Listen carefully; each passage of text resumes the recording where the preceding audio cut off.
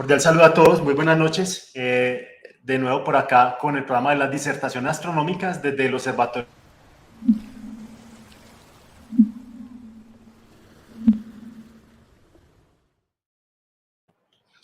Muy buenas noches a todos. Bienvenidos de nuevo al programa de las disertaciones astronómicas, aquí con Luis Fernando Campo desde el Observatorio Astronómico ITM.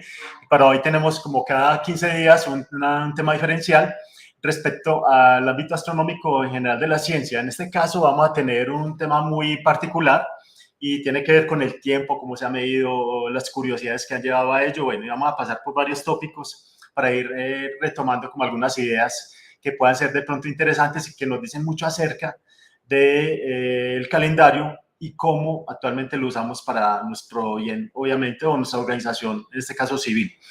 Bueno, entonces por aquí ya les comparto la presentación.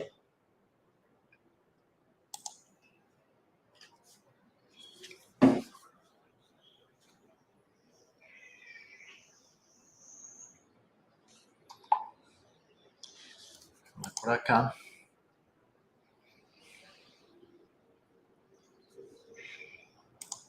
Listo, bueno.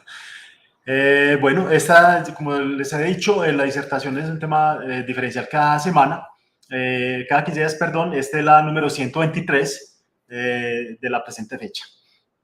Bueno, entonces el tema principal, como les decía, vamos a tocar uno que tiene que ver con algo, hacemos alusión a la historia del tiempo, una corta reseña acerca de ello, corta porque pueden haber obviamente una gran vicisitud de versiones y obviamente es un tópico bastante interesante. Bueno, entonces, digámoslo así que para nosotros como especie humana, pues los humanos notaron, digamos ahí, que el movimiento regular en el cielo del Sol y las estrellas, digamos ahí, que ha sido un parámetro para ellos como una medición. Si a ello vamos también, pues debemos decir que, por ejemplo, las civilizaciones antiguas del lejano oriente en su momento, pues obviamente se basaban en la aparición, por ejemplo, en algunas épocas de, por decir algo, la estrella Sirio, la época que el Nilo aparecía cuando el Nilo estaba en su momento más apto para poder sembrar. Recordemos que en otras épocas obviamente hay sequía en el verano, pero cuando es una época más invernal, más lo que conocemos ahora como la época invernal, pues en esas latitudes obviamente el río se inundaba y obviamente dañaba las plantaciones. Entonces era como un parámetro para ellos. Entonces digamos ahí que los pueblos han tenido esos marcados en su mente y obviamente en sus registros esa parte de cómo hacer un registro propio del cielo, digámoslo así. Entonces, digamos que los pueblos han registrado también en su época las fases de la luna, y para ellos estamos hablando de más de 30.000 años. Entonces, medir el tiempo ha sido para la humanidad, digámoslo así, una manera, una forma de representar el progreso de una civilización como tal.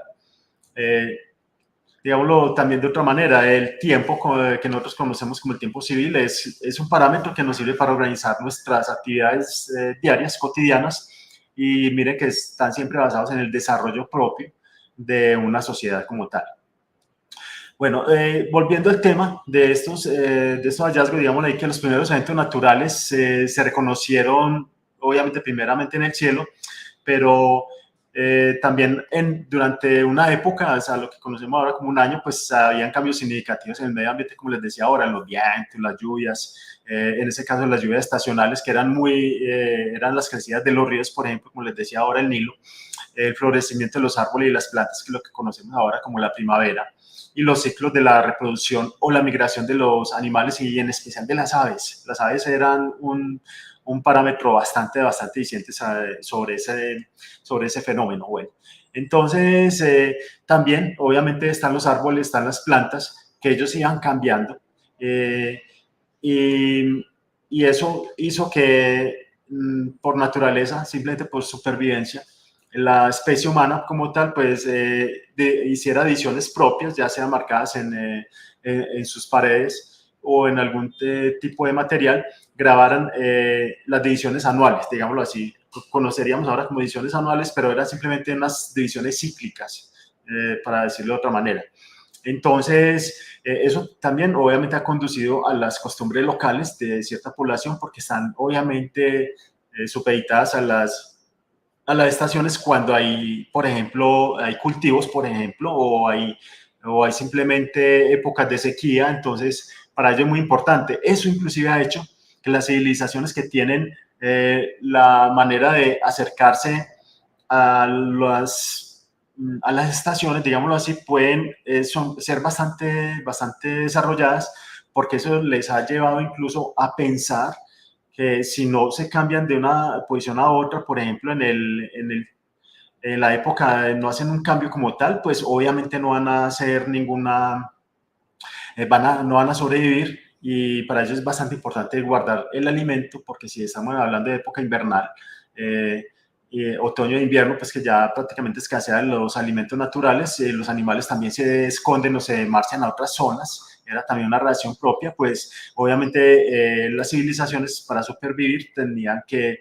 guardar en ese caso recursos alimenticios. Bueno, entonces a medida que, como les decía ahora, a medida que el sol se va moviendo en el cielo, pues digámoslo ahí que cambian las sombras. Esto lo muestra fácilmente un reloj de sol, por ejemplo, cambian la dirección, la longitud, por ejemplo. Entonces, un simple reloj puede medir en este caso la duración de un día, mientras obviamente haya iluminación del astro rey como tal. Entonces, ello hizo obviamente notar con mayor facilidad que había diferentes épocas del año, porque a pesar de que pusieran el reloj, en este caso un reloj de sol, en una posición, en este caso una pared, y miraban al otro día, pues esa sombra no caía exactamente en la misma posición, pero iba variando inclusive su longitud. Eso hizo también que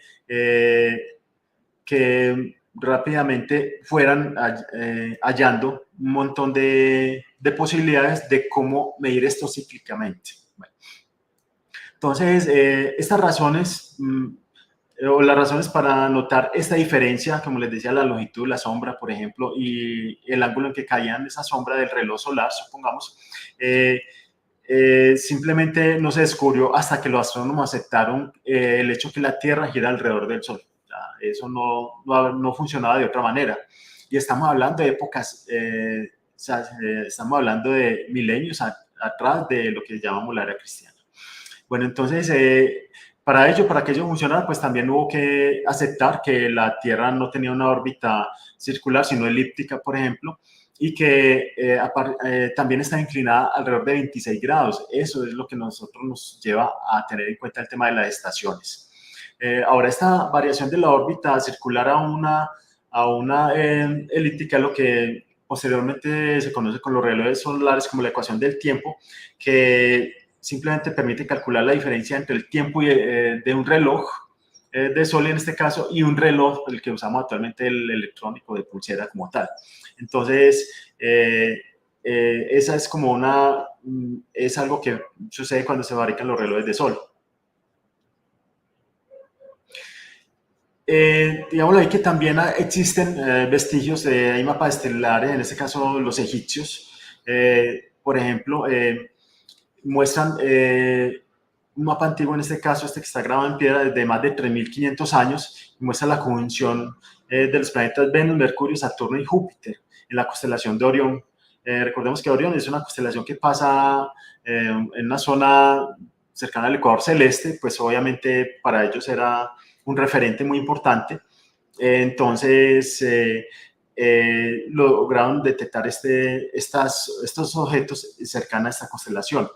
Entonces, también se pudo predecir en esa época un eclipse de sol en el año 1534 antes de nuestra era, por ejemplo. O sea, que estamos hablando de un tiempo obviamente de tiempos muy antiguos. Si a eso vamos también, sabemos que los babilónicos observaron eventos celestes que se remontan al año 1600, acercarnos a esta misma época que les acabo de mostrar. Con respecto a los egipcios, eran contemporáneos, entonces ellos también hicieron observaciones de eventos celestes hacia el año 1600. La razón en este caso para adoptar en su caso un sistema aritmético probablemente se debió a que el 60 tiene muchas divisiones, y su decisión de adoptar en este caso un ciclo de 30 60 días como longitud del año, y 3600 en este caso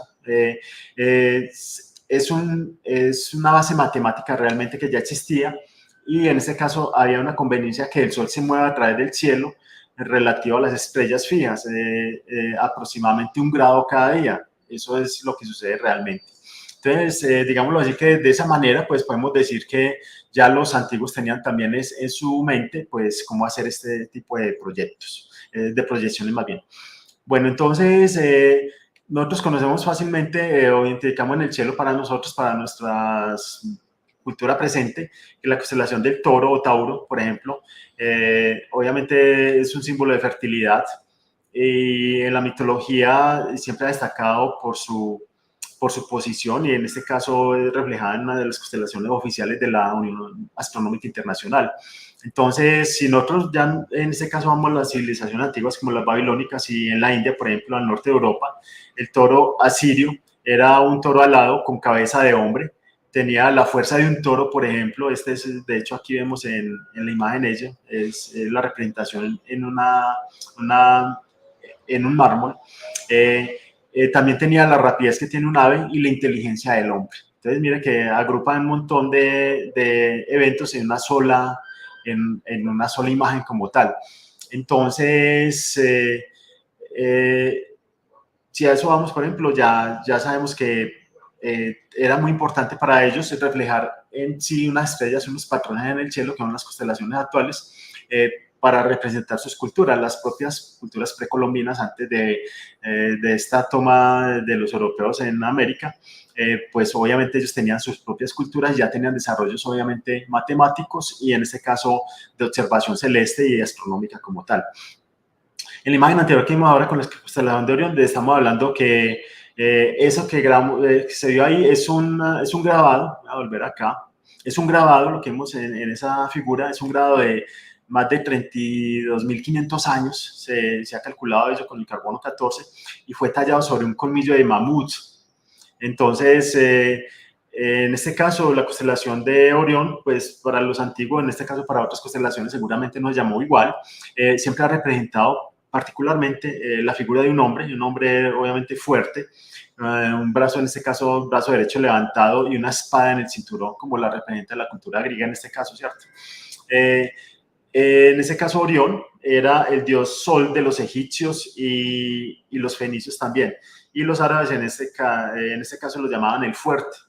En África, por ejemplo, el cinturón de Orión se conocía como los 3 perros que seguían a 3 cerdos. Miren la particularidad de ello. Y en ese caso, en las culturas africanas, por allá en una cultura borana se llama, en África, se basó en el calendario sobre, en este caso, haciendo observaciones de cúmulos de estrellas cercanos al cinturón de Orión. O sea, estrellas que varían, en este caso, y hicieron una medición. O sea, tenían recordemos que era un contemplar, de hecho era una cultura tal, observar el cielo en la noche. O sea, era como un paisaje nocturno. Para ellos era obviamente algo muy llamativo. Pues si no hay nada que ver en la noche, pues simplemente miran hacia el cielo y se deslumbraban con tanta estrella, y obviamente le asociaban cuanta mitología quisieran en su cultura. Bueno, entonces, particularmente Orión, como les dije en un comienzo, Orión tiene lo que es el cinturón. Tenemos las 3 estrellas del centro, están en el hemisferio sur, igual que lo que conocemos como la nebulosa de Orión o M42, 43, está hacia el sur, mientras que en el hemisferio norte, en cambio, está la otra sección. Entonces, digámosle que es como un cielo invernal en el hemisferio norte cuando aparece esta constelación como tal. Bueno, entonces, ya también, posterior a ello, pues ya los babilonios también empezaron a desarrollar las teorías matemáticas de la astronomía. Digamos que el zodiaco como tal eran las 12 constelaciones en que dividían las partes iguales del cielo, aparentemente, y estamos hablando ya de 500 años antes de nuestra era. Entonces, ya en esa época tenían el concepto de la división del año en 12 meses, y que cada mes tenía 30 días. Bueno, entonces el sistema, digamos, que de fracciones con base a 60, pues lo usamos hoy en día. Recordemos que es la base de los grados, las horas, los minutos y los segundos, y era para ello, de hecho, las calculadoras están ya inclusive marcadas o tienen como base ese parámetro algorítmico para hacer los cálculos. De hecho, es la base de la matemática general y de los cálculos trigonométricos, y ello hace precisamente que sea la base general de los cálculos que usamos para cualquier tipo de función, ya sean cálculos estadísticos o simplemente cálculos de construcción o hasta calcular órbitas de lanzamiento de cohetes como tal. Bueno, ahora, también existe evidencia, ya hablando de arqueológicamente, de calendarios antiguos chinos, en este caso estamos hablando del año 2000 antes de nuestra era, muestran un año de 12 meses con, con un mes que tenía un mes ocasional de 13, el mes 13 realmente. Ahora, estos registros como tal de los chinos, digamos que sugieren más bien el origen de un calendario de 366 días, que depende de los movimientos del Sol y la Luna, obviamente, en el año, y para eso estamos hablando de 3.000 años antes de nuestra era. Bueno, entonces, si estamos teniendo en cuenta un periodo tan largo de observación, pues los astrónomos chinos se dieron cuenta de que su calendario no era exacto, y ya en el siglo II de la era reciente, pues se reconoció que el calendario dejaba de ser confiable cada 300 años. O sea, ellos hicieron este descubrimiento, tuvieron que voltear su matemática para no acomodarla, sino simplemente adaptarse a la realidad. Y esto, lo que descubrieron simplemente ellos, era lo que conocemos actualmente como la precesión. En este caso, lo que vemos aquí en pantalla, la precesión que es simplemente un registro que muestra cómo la predicción se debe realmente al movimiento gradual. Estoy leyendo aquí en la imagen que vemos en pantalla, un movimiento gradual del eje de la rotación de la Tierra en el círculo con respecto a las estrellas fijas. Este movimiento se produce un lento bamboleo, lo que significa que las posiciones de las estrellas completan un ciclo de unos 26.000 años. Quiere decir que si usted ve una estrella en cierta posición del cielo, por decir algo, usted la vio por acá en esta zona del cielo, pues después de muchos años, pues esta estrella no está exactamente en el mismo lugar, y eso es lo que descubrieron precisamente los chinos. Descubrieron simplemente que eso no era no era como algo muy normal. Ellos descubrieron fácilmente que había una anomalía en su calendario y lo aceptaron simplemente, reafirmando que estaba sobre todo la razón antes de permanecer con algunas creencias simplemente por tenerlas ahí. Bueno, ahora, digamos ahí que también, posteriormente, bueno, otro descubrimiento fue los relojes de sol que tenían que fabricarse especialmente para diferentes latitudes, porque la altura del sol en el cielo disminuye en las latitudes que son cercanas al Ecuador, en este caso, como las nuestras, produce sombras mucho más largas que en las latitudes bajas, son más cortas, en cambio en las latitudes nórdicas o en este caso del sur, son mucho más extensas estas sombras, pues que el Ecuador tienden a ser un poco menos elongadas. Entonces, hoy día, digámoslo ahí, que los artistas y astrónomos, digámoslo ahí, encuentran muchas formas de crear relojes de sol modernos. Eso, de hecho, existe una gran afición. Aquí, solo en la ciudad existen un montón que pasan desapercibidos como esculturas. Inclusive en una época existían relojes. Aquí, hablando solo de Medellín, que puedo hablar netamente de acá, con mayor razón, es porque lo conozco, y es que existían relojes en algunas construcciones como antesala, era como una especie de prerequisito para que un constructor pudiera levantar un edificio, y tenía que ser una escultura. Muchas veces se elegían los relojes de sol, era muy llamativo realmente. Bueno, si a eso vamos también, pues ya en el Mediterráneo, ya yéndonos por allá, Hipparco hizo los primeros cálculos de la predicción alrededor del año 160 antes de nuestra era. Ahora, también ese problema fue abordado por otros astrónomos contemporáneos en el Oriente Medio y la India, y reconocieron que realmente la precesión alteraba gradualmente la duración del año. O sea, eso era obviamente algo obvio para ellos. Tanto así que los calendarios han tenido que modificarse periódicamente. Ya para el año 325 de nuestra era, digámosle que el equinoccio de primavera, el equinoccio que se conoce como el equinoccio vernal, se ha trasladado al 21 de marzo. En esa época, si volvemos como a la historia un poco, que es bastante interesante.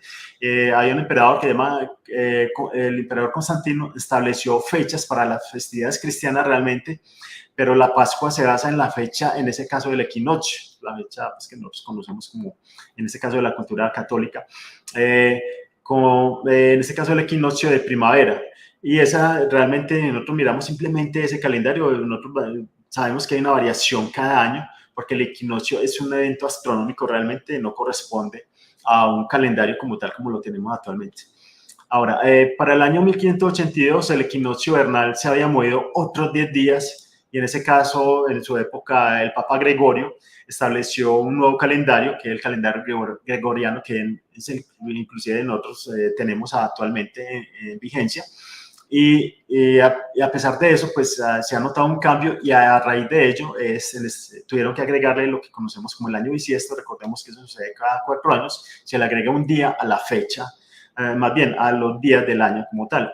Entonces, eso es, digámoslo así, que eso ha tenido una afectación completa, pero ya tenemos la base, que las épocas estacionales, tanto del sol, la luna, la posición de las estrellas con respecto al cielo, pues obviamente han marcado un ciclo, lo que conocemos actualmente como el año, un ciclo que es repetitivo, 4 temporadas anuales que son muy importantes para nuestra comprensión y nuestra vida cotidiana. Bueno, entonces, a partir de ello, pues ya de ahí son desarrollos simplemente de lo que se ha pasado. Por ejemplo, los primeros inventos que hicieron para vivir el día o la noche era para regular el trabajo, en este caso, o un ritual religioso de cualquier cultura propia de su propia encarnación, digámoslo así. Entonces los periodos del tiempo varían mucho de un lugar a otro, no había un consenso y de cultura a otra, pues obviamente no había, como decir algo, lo que conocemos un reloj. Es ahí cuando entran a bastante... a jugar algo muy importante. Los primeros inventos que hicieron para ir el día o la noche en diferentes periodos para regular, como les decía ahora, fueron las lámparas. Hay evidencias, por ejemplo, arqueológicas, como vemos aquí en esta imagen, esa imagen de arcilla, de lámparas de aceite de alrededor del año 4000 antes de nuestra era. Y los chinos ya usaban aceite para calefacción en su momento e iluminación ya en el año 2000 antes de la era actual. Entonces las lámparas de aceite, digámosle, que siguen siendo unas prácticas importantes, no solo religiosas ni simbólicas, sino también como una supervivencia, pero obviamente encarnan un simbolismo del viaje de la oscuridad y la ignorancia a la luz, digámoslo así. La oscuridad siempre ha estado en la mente humana y es símbolo de más bien refleja en ellas todas sus debilidades, en este caso los miedos, y para ello siempre ha buscado iluminar la noche. Si a eso vamos, por ejemplo, sabemos que hay un proyecto muy loco que salió por allá hace 2 años aproximadamente. Los chinos tenían ganas de montar en el espacio un lente gigante para iluminar grandes zonas de su territorio para que no hubiera noche realmente. O sea, que en este caso, digámoslo así, más que ello se refiere al tema de labores que ellos llevan constantemente.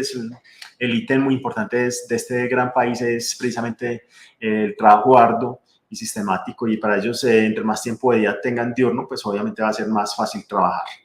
Bueno, entonces,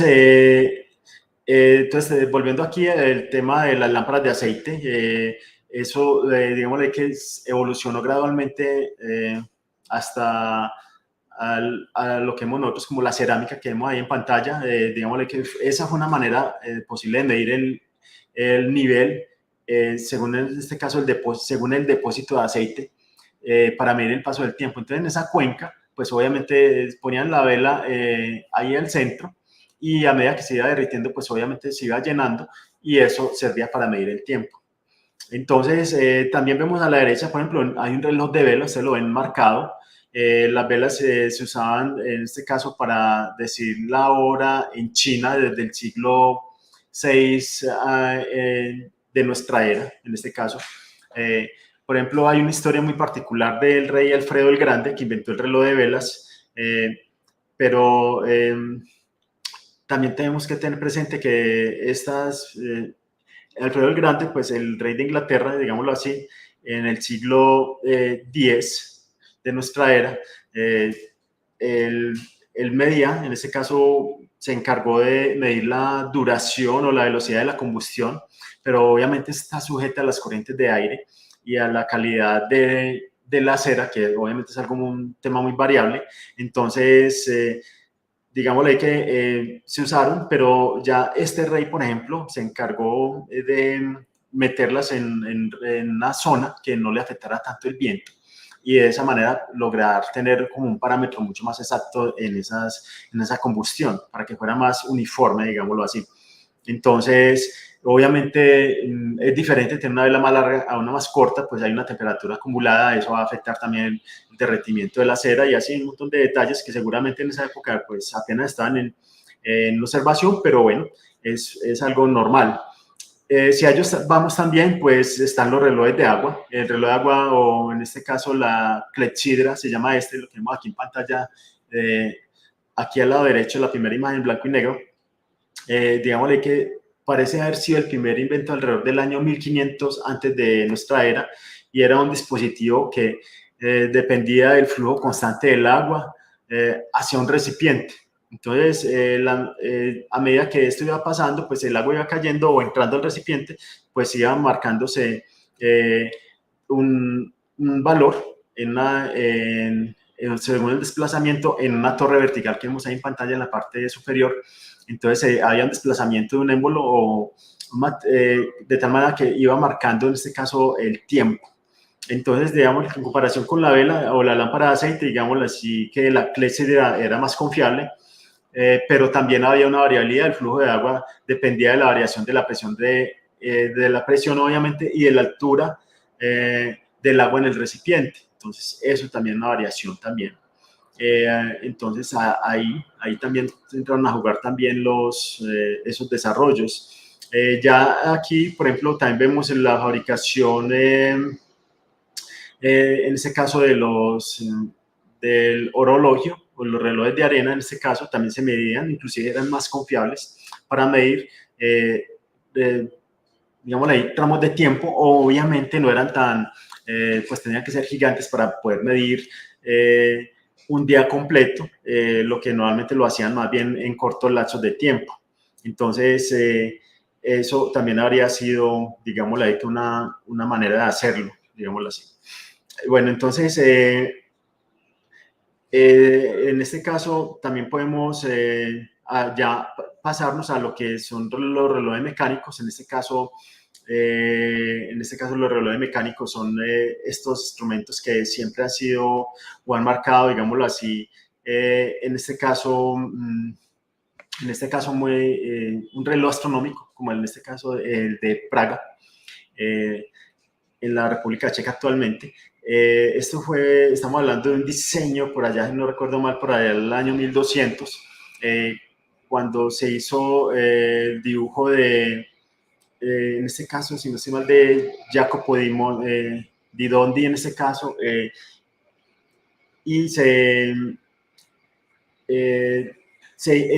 el dibujo como tal data, pues al menos los datos existentes hablan del año 1364, y ellos ya estamos hablando en este caso del siglo XIV. Entonces había ya en esa época grande mecánico. Recordemos que ya para esa época ya se forjaban los metales, entonces ya había mucho más herramientas para hacer aparatos mucho más precisos como tal, pero bueno, entonces ya ese tipo de mecanismos adornaron inclusive muchas torres de varias ciudades. Este es uno que es representativo, obviamente, el reloj de Praga, pero digámoslo ahí que ya en esa época también se usaron las pesas para que se accionaran con mayor precisión. Entonces, digámoslo ahí que en tiempos ya medievales, posteriores, digamos, construyeron ya relojes elaborados en lugares públicos. En este caso, el reloj de Praga es un reloj del año 1410, que tenemos aquí en pantalla. Es un reloj bastante interesante. Bueno, ya por acá, aquí, por ejemplo, los relojes de péndulo, ya en este caso, este obedece realmente a un gran astrónomo y obviamente músico, en ese caso increíblemente un gran músico, Christian Huygens, fabricó el primer reloj de péndulo, en este caso, regulado por un mecanismo que se llama de oscilación natural, y estamos hablando ya del año 1656. No, también Galileo, digámosle que estudió el movimiento del péndulo por allá en el año 1582, pero él no logró construir un diseño de reloj como tal. Entonces él murió, pues realmente no logró conseguirlo. El reloj de péndulo, en cambio, de Huygens tenía un error de menos de 1 minuto por día. Eso es bastante diciendo que los relojes de péndulos actuales inclusive pueden desfasarse mucho más. Entonces él logró inclusive hacer refinamientos que inclusive redujeron aún más esa deficiencia y lo logró bajar a 10 segundos solamente. Entonces eso pudo ser bastante importante para todos. Bueno, ahora, lo que dice esa es que no haya ningún aparato, obviamente, que podría mantener la hora exacta si uno estuviera viajando en un barco, en un navío como tal. Entonces, hasta que en esa época, estamos hablando de 1760 aproximadamente, un carpintero que se llama John Harrison, era fabricante de instrumentos y perfeccionó las técnicas para la compensación de la temperatura y encontró también una nueva forma de reducir la fricción. Particularmente es el origen también de lo que conocemos como el compás o la brújula marina, que si ustedes miran la brújula marina, ella está siempre orbitando sobre un área libre, sin roce, precisamente para que siempre marque el nivel como tal. En este caso lo aplicó también en los relojes, y inclusive había construido en su época, ya estamos hablando de 1761, del primer cronómetro como tal, cronómetro marino. Esta fabricación sí obedeció a resortes, que como les dije ya estaba muy desarrollado el tema de los metales, de la modelación de los metales, y obviamente permitió hacer ello. Entonces, ya con esa versión original, pues digámoslo ahí que ya se fue llegando a lo que conocemos hoy como el reloj de bolsillo como tal, y en este caso, con estos aparatos logró determinar la longitud con predicción de medio grado en el medio del mar como tal. Bueno, entonces, ya para llegar a este punto, pues obviamente hay un montón de detalles en el camino, pues que dicen, bueno, ¿cómo vamos a llegar a un consenso como tal? Fue hacia el año 1884, cuando en la conferencia de Greenwich, recordemos que Greenwich es el meridiano de coordenadas que tenemos como parámetro para marcar nuestros relojes. Nosotros estamos a menos 5 horas de Greenwich. O sea, si ahora a las 7, por ejemplo, 7 horas local colombiana, en Greenwich va a ser la medianoche. Es el punto de parámetros, o sea, que ya se empezó a estandarizar, digámoslo así, desde ese punto hubo una necesidad de estandarizar, porque según su cultura, pues tenían diferentes métodos de medición del tiempo, y obviamente lo único que coincidían eran las estaciones, pero no había, a grosso modo, un aparato más preciso que pudiera hacerlo. Entonces, basado en todo ese conocimiento anterior que yo les decía, los 60, 30, 60 y basado en el ángulo de 60 grados, digámoslo así, o 60 minutos y sus subdivisiones, pues se llegó al punto en que se puede estandarizar un poco esa parte, y como les decía, hacia el año 1884 en la conferencia de Greenwich se llegó a un acuerdo sobre la medición del tiempo global y se adoptó el meridiano como el estándar internacional. Entonces, ya hoy en día, si a eso vamos, pues ya nosotros contamos con relojes atómicos para nuestro tiempo, que es mucho más preciso, que de hecho una disertación anterior por allá se tocó el tema de los relojes atómicos, que la Tierra había tenido unas variaciones, estamos hablando de nanodécimas de segundo, entonces algo imperceptible para nosotros obviamente, pero para estos aparatos de predicción no. Entonces es algo muy interesante.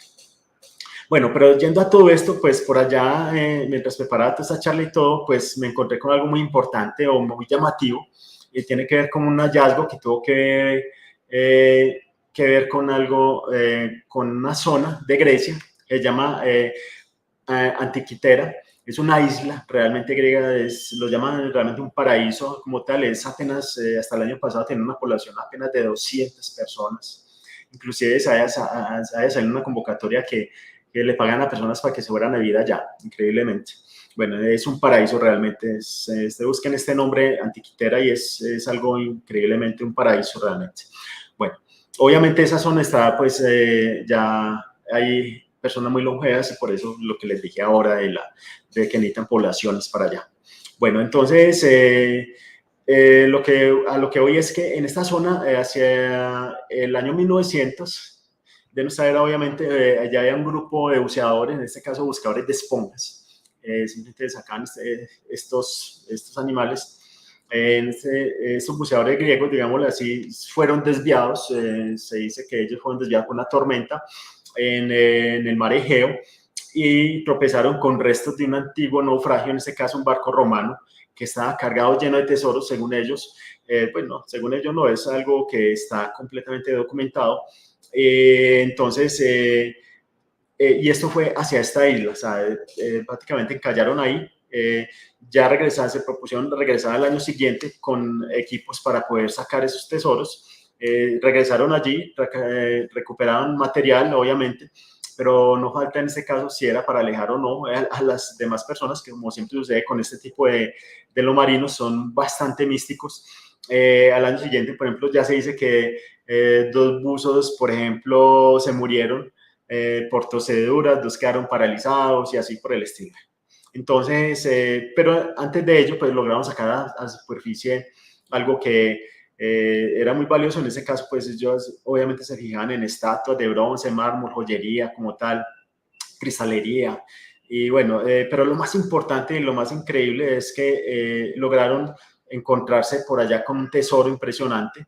Lo que vemos aquí en esta imagen es una, una reproducción artística actual, realmente lo más cercano a la realidad que se ha logrado, y realmente es algo muy reciente, que se ha logrado con las técnicas actuales, y es la reproducción de lo que se llamaba en su momento una calculadora, o en este caso una computadora analógica. Esa es la más antigua que se conoce o que se tiene conocimiento, y es uno de los instrumentos científicos más notorios que la antigüedad jamás haya encontrado. Incluso se cree que este aparato es un aparato que muestra el movimiento del sistema solar como tal, y se cree que data por allá de los siglos 3, entre 3 y 1 antes de nuestra era. Bueno, entonces, en esa época, obviamente, eso fue encontrado en 82 pedazos fracturados. Se relata, inclusive en un videito que les voy a mostrar muy corto, se relata como se encontraba como un libro, en cuenta como el tamaño de un libro, pero es como un tamaño de un adobe, realmente, un adobe de construcción actual, normal. Encontraron simplemente un óxido ahí, y cuando vieron varios pedazos veían que tenían unos detalles bastante interesantes. Bueno, entonces, entre esos, digámosle que 82 fragmentos que se conocen, hay evidencia de 30 engranajes, por ejemplo, de bronce. Ahora, pues obviamente estamos hablando de una época muy antigua y es un aparato bastante sofisticado, que en esa época pues estamos hablando que ya incluía al menos 69 engranajes. Entonces, eso está hablando ya de una ingeniería de precisión muy compleja, y obviamente es un aparato que lleva este navío, y los antiguos griegos rastreaban las fases de la luna y las posiciones de los planetas, e incluso predecir, en su caso, movimientos de cuerpos celestes para predecir eclipses lunares con décadas de anticipación. Es lo que nosotros conocemos actualmente ahora con los planetarios, que podemos aplicar simplemente en un celular actual o en una aplicación en vivo que tenemos en nuestra computadora. Bueno, entonces, digámoslo ahí que se puede considerar en este caso como el mecanismo de antiquera, como se conoce en sí este aparato, como el aparato que representa la impresionante comprensión de la astronomía, obviamente, porque está mostrando esta fase, estos movimientos planetarios de los objetos celestes antiguos, y una civilización en este caso, que usó, en este caso, este aparato para tratar de medir el uso del ciclo, en este caso luna-sol, de 19 años, lo que ya se conoce como el ciclo lunisolar. Bueno, entonces, esto, digamos, que involucra un montón de conocimientos, no solo teóricos, sino mecánicos, obviamente, y observación. Hay un montón de detalles ahí. Entonces, se desvían obviamente mucho de la tradición babilónica, precisamente por sus culturas tan místicas como tal, y de los intereses griegos en cuanto a la astronomía. Entonces, es algo que es bastante, digámoslo ahí, llamativo. Bueno, entonces, desde ese punto de vista, pues los antiguos babilonios eran como considerados los astrónomos técnicos más antiguos que ha habido, pues, o que hay vestigios hasta ahora. Eran bastante sabios para observar el cielo, tenían una agudeza pues ya muy desarrollada precisamente por esas zonas tan privilegiadas para ello. Esas zonas desérticas pues obviamente eran bastante llamativas. Entonces,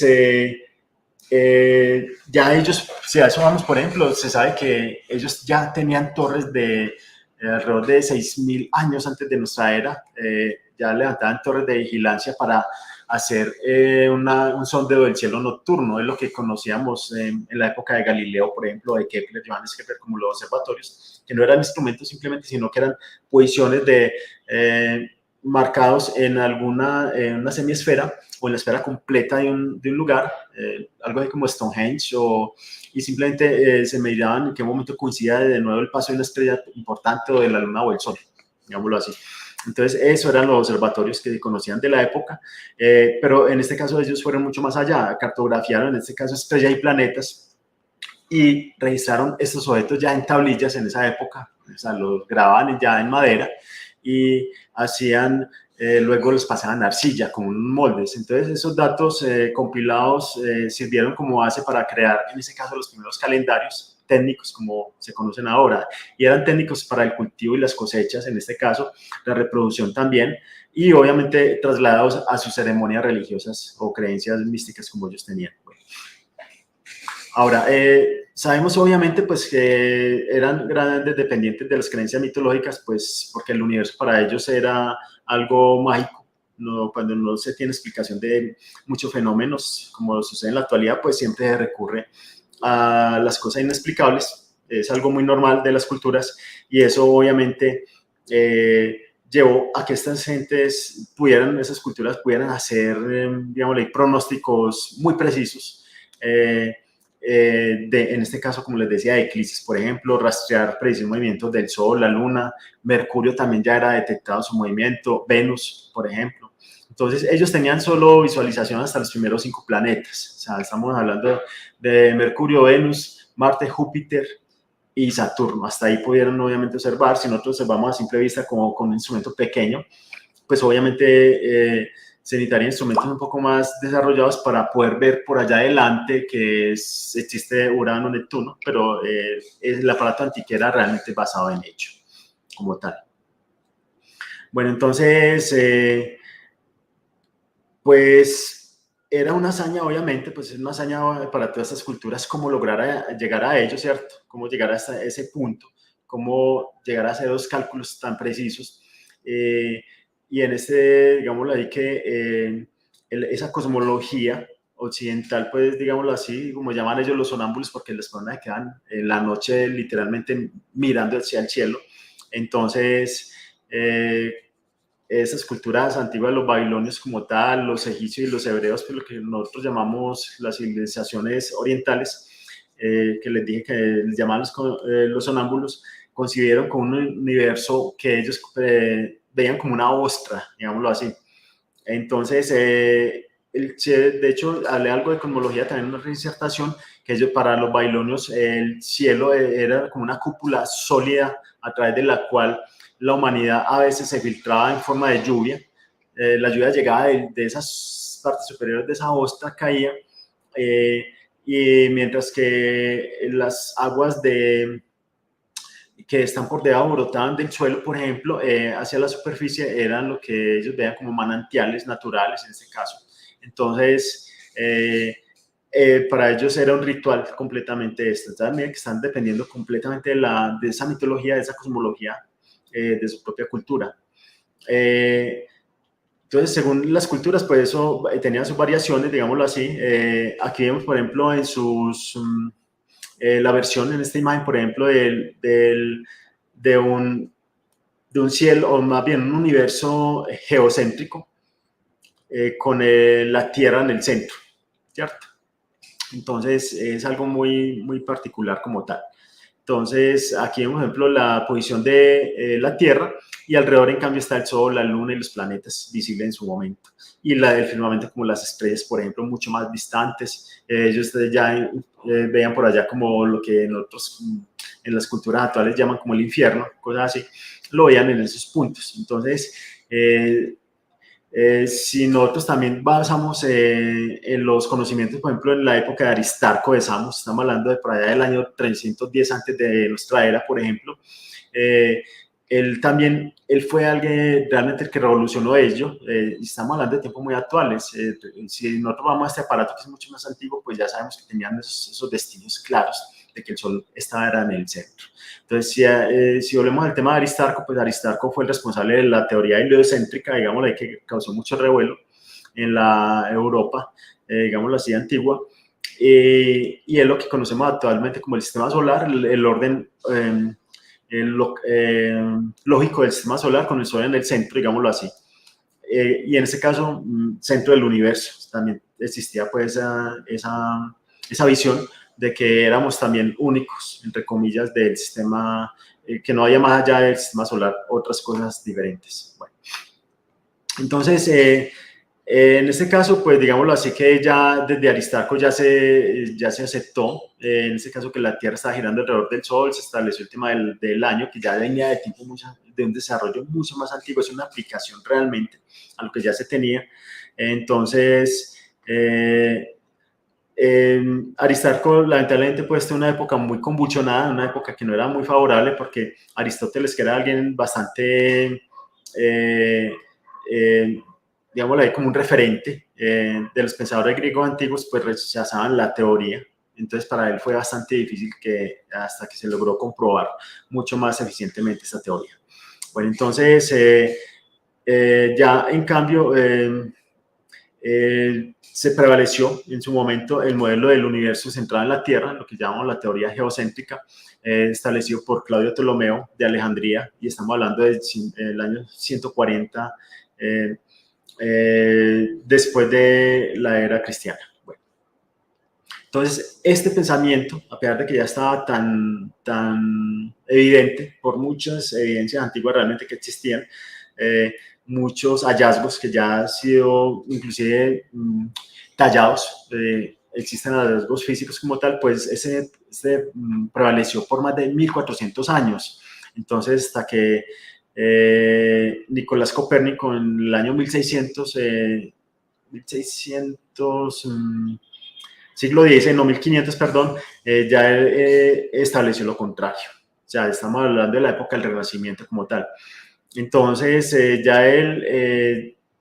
ya eso fue variando obviamente un montón de cosas y obviamente el cambio de la comprensión del universo pues sí fue bastante llamativo como tal. Bueno, entonces, vamos a ver acá esta otra imagen como tal.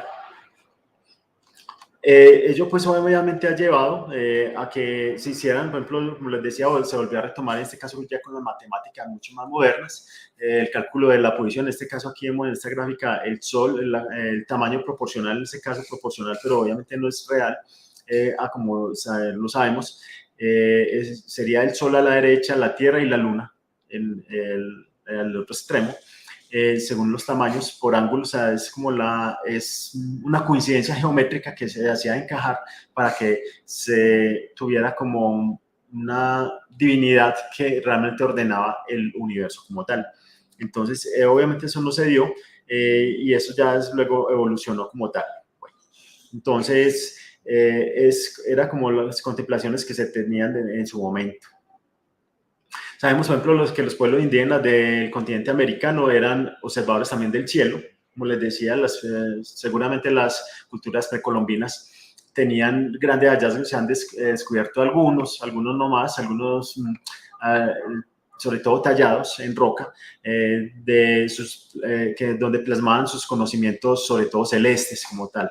Bueno, entonces en ese caso, pues los indígenas de América como tal, el continente americano, pues eran grandes observadores, recordemos los mayas nomás, por ejemplo, pueden, digamos así que ellos pueden tener, los mayas en esa época, estamos hablando de lo que conocemos poblada por allá, lo que conocemos hoy como en México y Guatemala. Entonces, y la península de Yucatán también. Entonces, estamos hablando del año 2600, antes de nuestra era. Entonces, ellos ya tenían un montón de registros que sí perduraron precisamente porque prevalecieron a la hecatombe. Ellos no se dejaron, digámoslo así, o pudieron resistirse a la matanza de los españoles y pues por eso se pudo conservar en gran medida grandes hallazgos de ellos. Bueno, entonces, en esa parte, pues digámoslo ahí que ya ellos sí han tenido como una visión mucho más clara de lo que es el universo como tal y cómo ha funcionado. En este punto, por ejemplo, ellos ya tenían, inclusive, esta es una evidencia de un códice en Dresde del siglo XI, o se calcula que el XII, donde es como una especie de acordeón. Ustedes ven una imagen intricada, pero es regular realmente, y muestran realmente, hay unas tablas de los jeroglíficos mayas, en este caso, que revisan las tablas astronómicas precisas que se cree que se basan en miles de años de observaciones, como les decía hace un momento. Entonces, ya se sabía que los mayas pues habían observado a Venus, el movimiento que tenía sobre el horizonte, por ejemplo. Pudieron predecir cuando aparecía en el cielo, porque lo consideraban en este caso un presagio, según su mitología, un presagio peligroso que podría en este caso llevar a la muerte o a la guerra en su momento. Bueno, entonces es una visión, digámoslo así, de cómo se ha movido eso. Pues obviamente están las visiones de las culturas animalistas, donde reflejan las constelaciones del cielo los animales más representativos, los que en este caso eran representativos para ellos, como las serpientes o las águilas, lo que fuera, lo que ellos puedan tratar de encarnar, entonces, como un dios para ellos, digámoslo así. Aquí vemos, por ejemplo,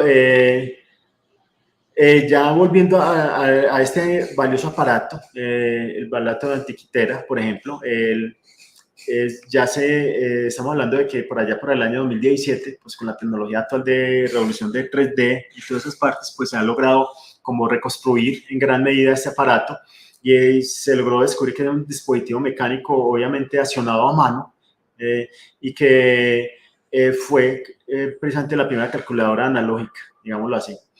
Como les dije ahora, es una pieza bastante compleja, descubierta y que estamos hablando de un dispositivo de más de 2000 años de antigüedad y se usó en su momento para predecir la posición del Sol, la Luna y hasta predecir eclipses, como les dije ahora. Entonces, ese aparato como tal, pues es un aparato bastante llamativo. Vamos a ver aquí esta parte, no me voy a demorar mucho acá. Es un documental de la ABC precisamente. Aquí usaban el aparato, lo metieron en un escáner de 3D. Esto era lo que se descubrió, pero ya cuando el aparato pudieron obviamente convulsionar esa parte y ver que tenía un montón de capas y encontraron esa cantidad de engranajes y mecanismos. Está describiendo que es bastante impresionante todo lo que pudieron ver. No pensaban que había algo tan desarrollado para esa época.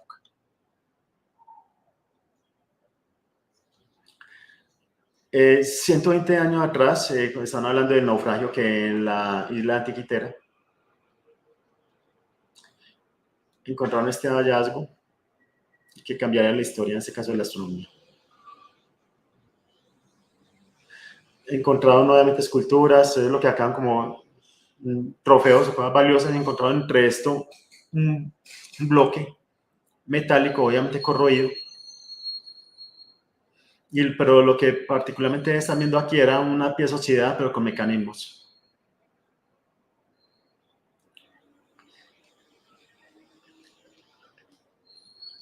Hacia el año 1900 descubrieron que había unos mecanismos dentro, se pudieron desplegar algunas piezas.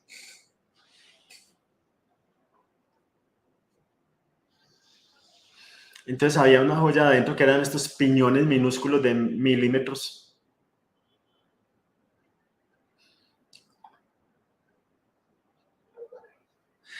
Sobrepasó la imaginación este aparato de Antiquitera.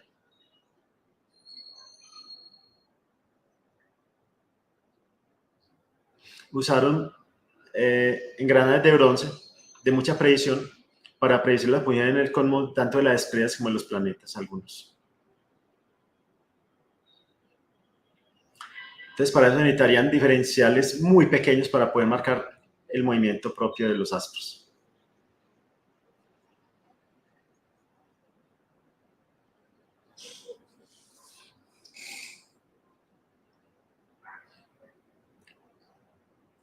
O sea, se pueden calcular perfectamente fenómenos astronómicos con este aparato. Adelantando un poco por acá. Qué pena.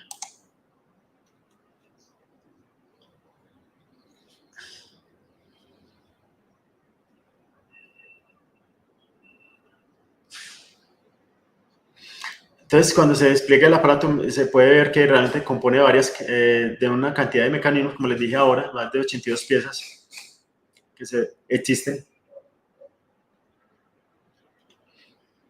Esto es lo que existió, lo que se ha tenido, lo que se ha obtenido, y se veían perfectamente estos engranajes que llamaban la atención en este caso, del naufragio. Y se vieron un montón de grabados, están describiendo ahí, inscritos en ellas piezas. Aquí lo metieron en un escáner 3D precisamente y lograron ver esto. Miren los engranajes perfectamente marcados.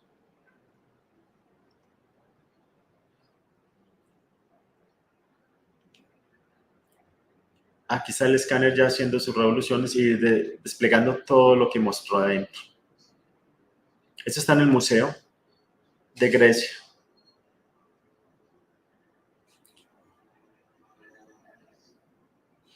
Miren cómo muestran las capas con este caso en un sistema Nikon de rayos X. Muestran varias capas y muestran aquí inclusive algunos fraccionados, pero se pueden ver perfectamente la cantidad de piñones que existen hacia adentro.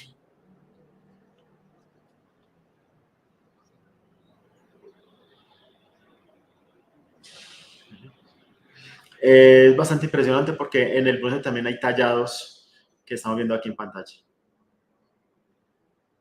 Y ahí precisamente se pudo descubrir que eran de la época de la cultura babilónica en algunos casos.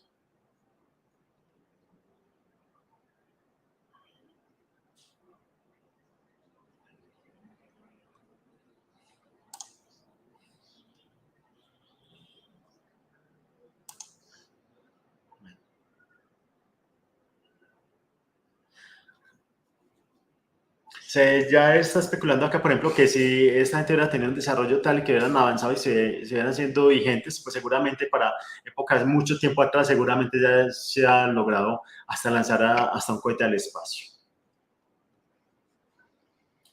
Fue bastante impresionante realmente este hallazgo y voy a pasarme por acá para mostrarles algo más. Entonces, este es el aparato ya como tal, como ellos lo ven como desplegado, como un aparato muy, como les decía, bastante impresionante. Este aparato es realmente disidente de todo lo que muestra esa cultura, de todo lo que tenían grabado ahí. Aquí vemos inclusive lo que dio el escáner, por ejemplo, lo que les decía ahora, que hay fragmentos de mecanismos, por ejemplo. Y esta fue hacia el año 2005, pero ya lo del escáner sí fue algo mucho más reciente. Bueno, entonces ahí se pudo explicar en gran medida, pues que se pudo saber que en este caso fue el profesor Fritsch, el que vimos ahí en pantalla, el equipo, todavía están hablando de que los creadores pudieron desarrollar mecanismos que realmente innovadores en su época para calcular en este caso los ciclos astronómicos, en este caso de una manera muy avanzada, como algo parecido a lo que hacen, como les decía ahora, los planetarios computacionales, los que nosotros usamos como el Stellarium, por ejemplo. Entonces es algo impresionante. Bueno, entonces aquí vemos por ejemplo, es bastante bonito. Aquí vemos precisamente esta parte, que es lo que vimos, esto es lo que se descubrió el naufragio, más esta otra parte que vemos acá no está mostrada en su momento con el escáner. Voy a mostrarle acá este otro corto video. Este es un aparato que ese no tiene audio, sí, no tiene audio, sino música. Y está mostrando el hallazgo como tal, como fue. 19 ejes, mecanismo, 39 engranajes. Aquí vemos cómo se modeló, porque lo que están haciendo acá es una reproducción de este aparato, de cómo funciona. sea, es una reproducción fabricado en la actualidad. Aquí lo están ensamblando. Y aquí estos diales realmente existen grabados en este material, en el bronce.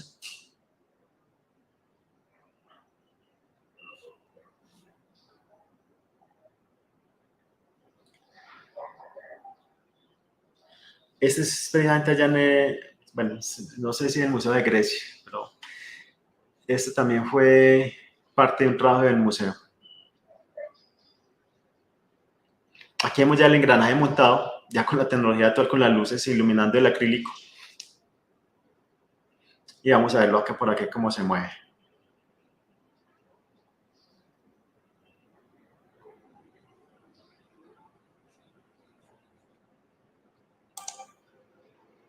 A ver si me lo muestra acá.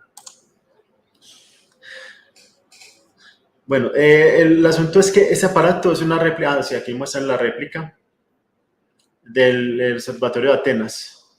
Bueno, esta es una réplica realmente de este aparato como tal, como les dije ahora, es bastante eficiente de todo lo que conlleva, todo lo que se logró hacer con ello, pero es la primera computadora que se haya tenido como reporte de esa predicción tal.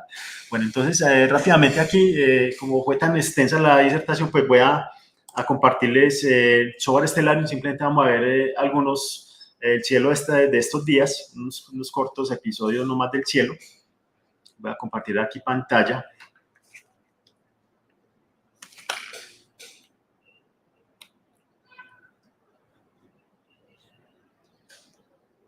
A ver acá.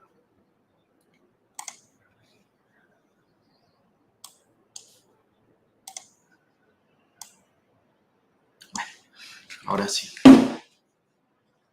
Voy a compartir pantalla por acá, dejar de compartirles esta. Y voy a presentarles de nuevo el software Stellarium. Listo.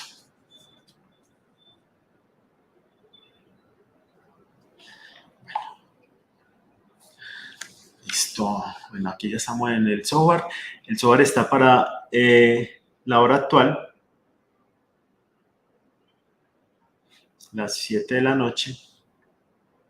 O sea, yo lo voy a compartir por acá.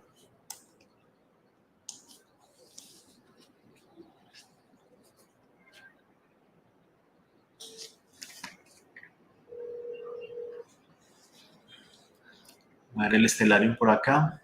Aquí me cargue primero.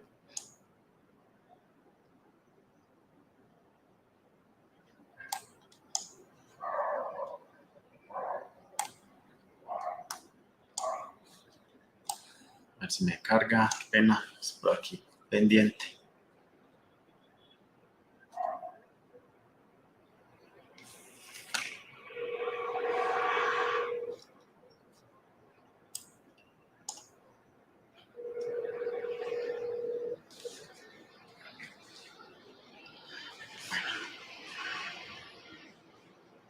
Bueno, no me quiere cargar por acá el Stellarium. Entonces no.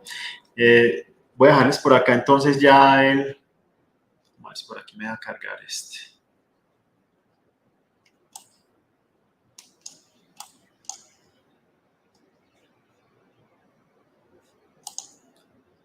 No.